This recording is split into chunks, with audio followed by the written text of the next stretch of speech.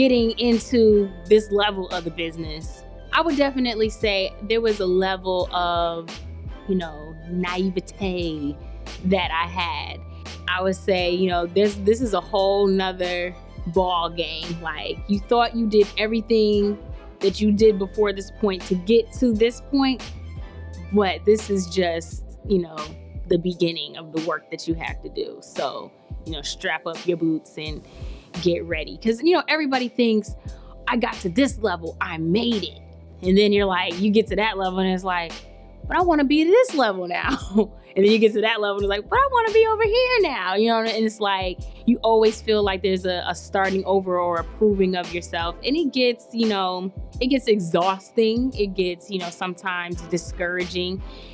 I would also tell myself, keep your circle small. Like, that team is so essential. Like, there was a lot of people I had to cut, slice out, clean house.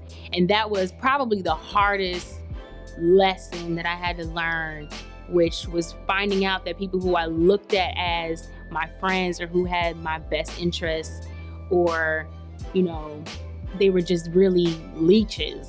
And learning that, was hard. It was heartbreaking. But there was something I saw on Instagram and it was like, I'm not afraid of failing so much as I'm afraid of winning with having the wrong people around me. Because you're just going to end up failing eventually anyway.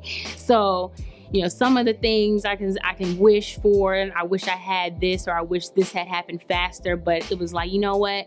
That probably didn't happen because I had the wrong people around me. I needed to get some people out of my circle before I could really reach whatever levels of success or have whatever victories, because you had some bad energy around you. So, we're demoralized from the time we step foot into the industry to the time we get out and beyond, because women have to be stick thin, skinny, or whatever, to get to be successful, and men don't. We know that. I know I'm a role model because my parents grew me up in a way where still represent yourself, still be classy, go out there and kill them on stage, but when you come off, just represent yourself in a certain way, because I do want the youth out there to look up to me. And I was like, dude, why are you acting like that? And he was like, acting like what? And I was like, Serene. And he was like, nah, man, my name's not Serene.